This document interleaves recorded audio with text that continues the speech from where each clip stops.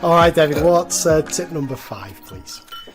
So tip number 5, just retrieval, like retrieval practice, how to make it work, how to get the most out of it so it doesn't just become sort of pub quizzy. And I think we've probably as a community spoken about retrieval practice a lot, and it's arguably the closest thing we're going to get to a silver bullet, but how do we sort of get the most out of it so that, as I said, it doesn't sort of become pub quizzy and simple acts of just retrieving. So I think I've touched upon a few things already, the idea of providing opportunities to practice, but also just making sure that whatever you want, if you're about to introduce something new and it's the first time that, or you might think that students have been taught it before, but you don't want to assume, how can you use your retrieval practice as a means by which to check that the prerequisite knowledge is there, that there's a safe level of understanding there so that you are ready to begin introducing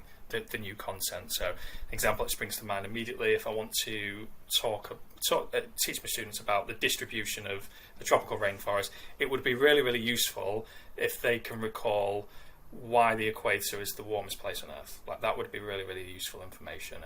It would be even more useful if they understood atmospheric circulation and why the equator happens to be the wettest place on Earth, because it's sort of immediately we can get away from this misconception that deserts are found along the equator because it's really hot, which isn't the case. Deserts aren't found along the equator. Along the equator it's really hot and really wet. So I can check they've got that prerequisite knowledge about why the equator is the warmest place on the Earth, as well as think about how I might be able to unearth any sort of misconceptions through carefully planning out my retrieval practice. So I think it's really important that I'm sort of going through a phase, not a phase, sorry, sort of a transition at a whole school level where retrieval practice for a lot of the teachers in my school is going to be something that is relatively new to them. So I'm trying to think about systematically how I'm introducing that to my colleagues. So at the moment, we just have what we call sort of like a high 5 recall, and the idea is that it's 5 simple recall questions. But what we're sort of doing here is we're training the teachers and the students to get familiar with the routines around how that's going to work. And sort of the next step is thinking about how we can be better at sort of engineering our questions so that they do build into what is being, and so we're activating those concepts that are within our schema to prepare for the new content that's being introduced. So I think it's really important that, if retrieval practice isn't something that's taken place in your school or it's something that's new to you, establishing the routines that, as you said earlier, create the means of participation into how we're going to go about doing retrieval practice is really important, and not to sort of try and sprint before you can walk. Really sort of progressively build it up so that it becomes more sophisticated and it becomes progressively more challenging as well. And it's sort of a little bit of a journey. I think if I think back to 3 or 4 years ago of my own practice, I was pretty much quiz, retrieval, but not really carefully thinking about how it could be done in a really thoughtful and meaningful way so that it does activate prior knowledge. And does help build on what has come before it. I love this. Any opportunity to talk about retrieval, I'm always more than happy. So I'm really pleased you brought this up. So I've 2 big questions for you here, David. And again, I don't think there's easy answers to these because I'm always wrestling with these, but I'm always interested in getting other people's take. So the first one is a mistake I've made, and you've alluded to this, is my retrieval practice has always been these kind of shallow knowledge, kind of quiz style questions. And my concern there is that, let's say on a scheme of work, and I'm intrigued whether this holds true in geography as well. Let's say you've got 2 weeks to teach a topic, whatever it is, percentages. By the end of those 2 weeks, the kids are probably doing some quite sophisticated things with percentages, some quite nice problem solving and so on and so forth. But then flash forward to 4 weeks later and all of a sudden a percentage question appears in your do now or your start or your homework. Invariably, it's going to be back to almost kind of surface level knowledge. Very rarely do retrieval opportunities provide the depth of thinking that kids have been exposed to when they've been learning the topic, and which they need to be exposed to understand something. So is that something that you can relate to, David, perhaps either in your subject, in your prior teaching, or in your school, that often the retrieval doesn't go as deep as perhaps it needs to? Yeah, there's a there's a time consideration as well, isn't there? So you've got to weigh up how much time can you invest in the retrieval as well as introducing new content. But I think it's a bit foolish to sort of move on if what they need to know that's come before it isn't really secure.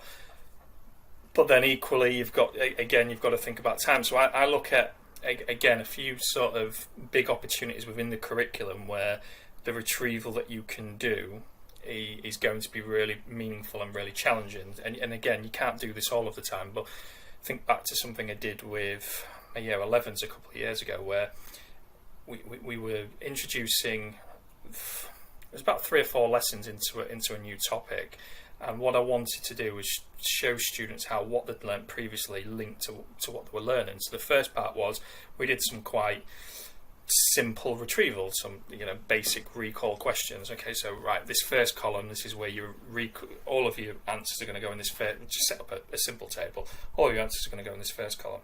Now, what I want you to think about, class, is here's some questions from some knowledge that we learnt further back in time, and then some questions from even further. So we've got 3 columns of knowledge that had been learnt previously. Now we're going to do some retrieval about what we're currently learning, these last 3 lessons, and then we're going to explore between all of these concepts and ideas how these different things link. So now what we've got here is we're not just superficially, answering loads of questions. We're actually thinking about really where are the links between them. And I thought about it really, really carefully in terms of what knowledge did I want students to encounter, but then equally what surprises might come along. So once we've done this sort of retrieval of these 3 topics and the current topic we're learning, we created a concept map that showed all of the links between all of these big ideas. But what I found through doing it was some students genuinely identified some genuine links that I hadn't thought about myself. And then from there, we went about actually producing a quite an extended piece of writing that demonstrated what they'd understood from the whole process.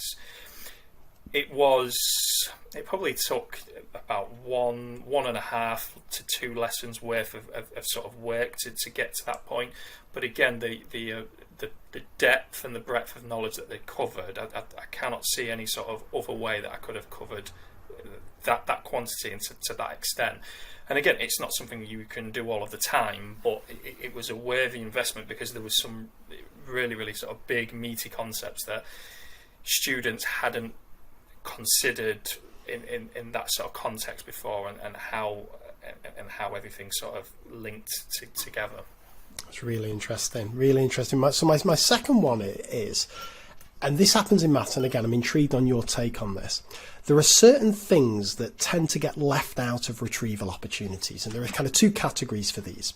So the first is there's a load of topics in maths that are just a bit of a pain to quiz kids on, because either they require specialist equipment, like measuring angles, you've got to get out the protractors, or constructing perpendicular bisectors, out come the compasses, and teachers are like, oh, for God's sake, if I start my lesson with that and the kids haven't, you know what I mean? So they tend to get kind of left out a little bit. And that's obviously a problem, because if we don't provide these retrieval opportunities, kids forget them. So that's one area that happens in maths.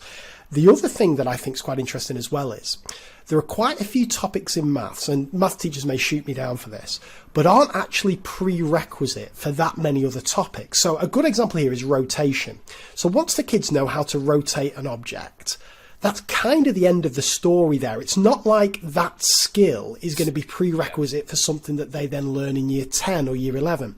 So if teachers are just relying on retrieval being prior knowledge, there's a danger that some topics may not bubble up as much as other topics. So I just wonder, do you encounter either of those 2 things, either the painful to quiz things that tend to get left out, or things that actually, it's not fair to say they're kind of one-offs, but almost they're not as much they're not prerequisite as much as other things would be, if that makes sense? Yeah, definitely the first one.